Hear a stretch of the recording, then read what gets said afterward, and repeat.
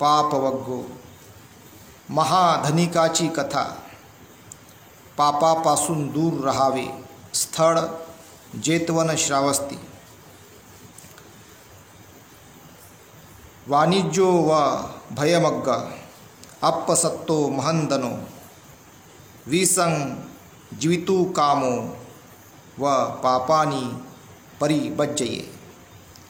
अर्थ, ज्याप्रमाणे श्रीमंत व्यापारी भीती व संकटयुक्त मार्ग सोडून देतो, जसा जिवंत राहण्याची इच्छा असणारा विष प्राशन करीत नाही, त्याप्रमाणे माणसाने पाप करणे सोडावे।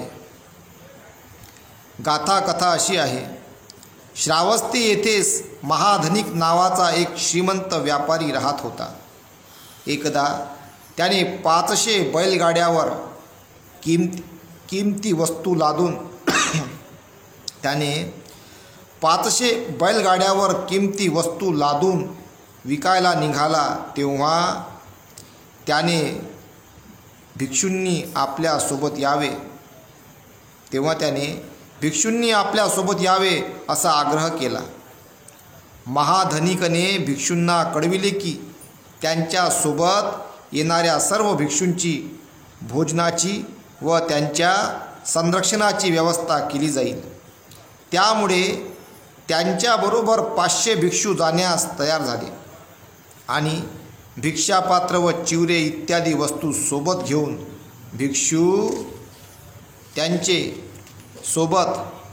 त्यांच्यासोबत प्रवासास निघाले। रस्त्याने जाताना एक जंगल लागल्याने बैलांना आराम मिळावा म्हणून ते सर्वजण जंगलात प्रवेश करण्यापूर्वी तेथेच 2-3 दिवस त्यांनी मुक्काम केला। भिक्षूसुद्धा त्यांच्यासोबत मुक्कामास थांबले। महाधनिकाच्या प्रवासाची चोरांना माहिती झाली होती, त्यामुळे व्यापाऱ्यांच्या पुढील मार्गावर अगोदरच जाऊन ते वाट पाहत बसले। परंतु व्यापाऱ्याने जंगलात प्रवेश करण्यापूर्वी तेथे थांबल्यामुळे त्यांना येण्यास विलंब का झाला हे जाणण्यासाठी चोरांनी एका सोबत्याला पाठविले आणि ते पुढील प्रवास केव्हा सुरू करणार याची माहिती काढण्यास सांगितले। चोरांच्या त्या सोबत्याने व्यापाऱ्यांबरोबर असणाऱ्या एका व्यक्तीजवळ चौकशी केल्यावर 2-3 दिवसानंतर ते प्रवास करणार असे त्याला समजले।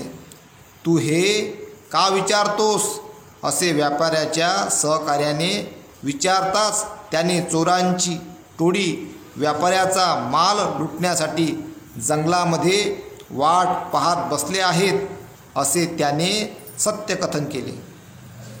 महाधनिक व्यापाऱ्याला हे जेव्हा समजले तेव्हा त्यांनी लवाजम्यासह परत श्रावस्तीला जाण्याचे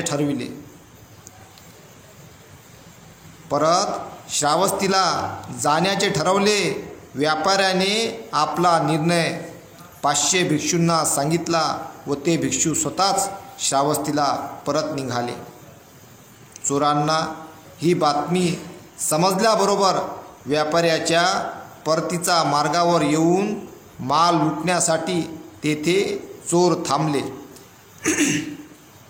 जवळच्या गावातील लोकांनी चोरांच्या मुक्कामाची बातमी त्या व्यापाऱ्याला कळविली।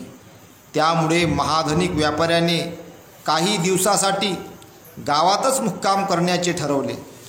काही दिवसांनी चोरांची टोळी परत गेल्यानंतर दुसऱ्या मार्गाने व्यापार करण्यासाठी व्यापारी व त्याचे सहकारी निघून गेले। श्रावस्तीला 500 भिक्षू परत आले आणि त्यांनी भगवंताची भेट घेऊन घडलेली सर्व घटना कथन केली। त्यावर तथागत म्हणाले, भिक्षूंनो, महाधनिकने स्वतःला चोरापासून दूर ठेवले। मनुष्याने जीवनयात्रा करताना अशा प्रकारच्या पाप कर्मरूपी चोरांना थांबविण्याचा प्रयत्न करावा। लोभ, घृणा, द्वेष, अहंभाव अशा सारखे अनेक लुटारू असतात.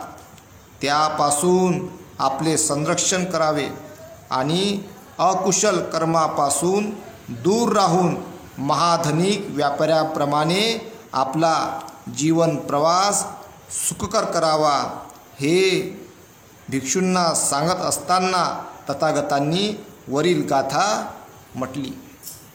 तात्पर्य असं आहे, जीवन व्यतीत करताना आपल्या आयुष्यात अनेक संकटे येतात. त्याला न घाबरता त्यातून योग्य मार्ग काढून यशस्वीपणे वाटचाल करावी. त्याचं बिचाऱ्याचं काहीतरी पुण्य कुशल कर्म असं वाचला तो, त्याला प्रत्येक संकेत भेटत गेले. तर असं असते, कुशल कर्म माणसाला चांगले संकेत देत असतात. तर इथेच थांबतो. साधू साधू साधू.